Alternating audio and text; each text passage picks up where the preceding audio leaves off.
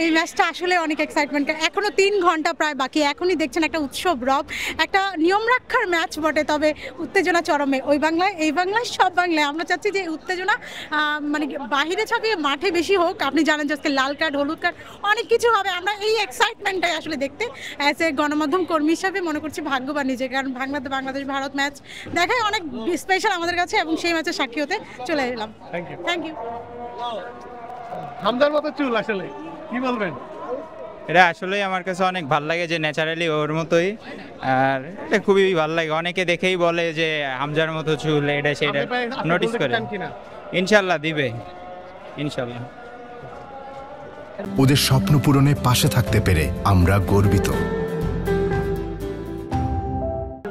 এই যে চুল নিয়ে আসলে যখন হামজার মতো চুল থাকে সবাই একটা আকর্ষণ থাকে, এই আকর্ষণ আসলে কি হামজার আগে নাকি হামজা আসার পর? হামজা আসার পর। মানে কিভাবে কি প্ল্যান করেছেন? প্ল্যানিং আমি রাখছি, আমার চুল ছোট থাকতে একটু কোকড়া ছিল, পরে বড় করছি, হয়ে গেছে। আজকে হামজার কাছে কি প্রত্যাশা করবেন? আজকে হামজার কাছ থেকে একটা ফ্রি কিকের গোলই আশা করি। এটি গোল। এবং সব মিলিয়ে ম্যাচের প্রেডিকশন কি হতে পারে?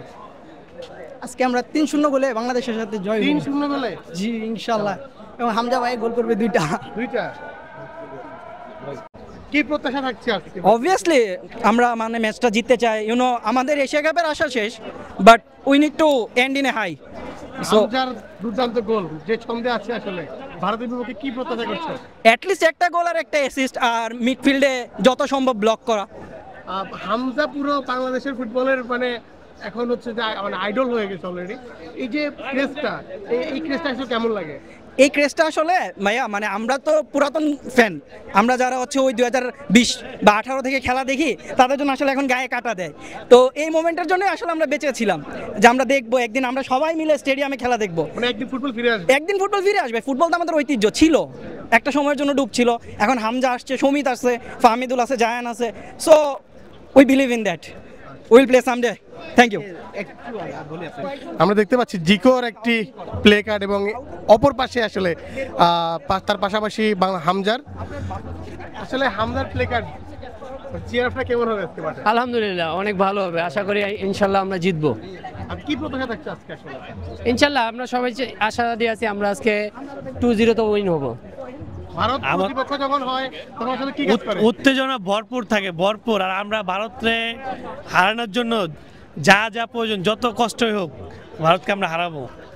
সব মিলিয়ে আসলে আজকের ম্যাচের আসলে এটা হচ্ছে আমাদের সাউথ এশিয়ার এল ক্লাসিকো, তো আমরা ওইভাবে উদযাপন করবো, ওইভাবে আমাদের টিমকে সাপোর্ট করবো ইনশাআল্লাহ। কার পা থেকে প্রথম গোল দেখতে? ইনশাআল্লাহ হামজার পা থেকে। হামজা সামিদ সন্ধ্যে কতটুকু প্রত্যাশা আপনাদের? আজকে চাচ্ছি সামির সঙ্গে ফার্স্ট থেকে শুরু করে, কারণ অনেক ম্যাচই দেখছি যে সামির সঙ্গে আপনার হাফ টাইমের পরে তাকে ইন করে, আজকে তাই আমি শুরু থেকে চাচ্ছি আমরা ইনশাআল্লাহ। কি প্লে কার্ড হাতে জিকো তো দলে নাই? যেমন আমাদের গোল কি মিতুল মামা কিন্তু ভালো খেলছে না, ইজি গোলও মিস করে। আমাদের দরকার এই মুহূর্তে, আমাদের জিকুকে দরকার অনেক, জিকুকে সবানে দেখবেন। বাফুফের এই রাজনীতি থেকে আসা উচিত, আমাদের জিকোকে ফিরে দেওয়া উচিত। যেমনটা বলছিল আসলে জিকোকে ফেরত চায় দর্শকরা, সবাই বলছে। আজকের ম্যাচটা আসলে বাংলাদেশ এবং ভারত, এটা হচ্ছে এশিয়ার এল ক্লাসিকো। আপনি কি মনে করেন? ইয়েস, আমি এটাই মনে করি, কারণ হচ্ছে বার্সেলোনার পরই এখন বাংলাদেশ। হ্যাঁ অবশ্যই। কেমন আজকে অনুভূতি খুবই ভালো লাগছে। এখন হচ্ছে আমাদের আজকের ম্যাচের উপর অনেক ইম্প্যাক্ট রয়েছে, এল ক্লাসিকো বলা যায়, বাংলাদেশ এল ক্লাসিকো। আমাদের আত্মবিশ্বাস রয়েছে যে আজকে হামজা চৌধুরী একটা গোল করবে, ইনশাল্লাহ দেখা যাক কি হয়।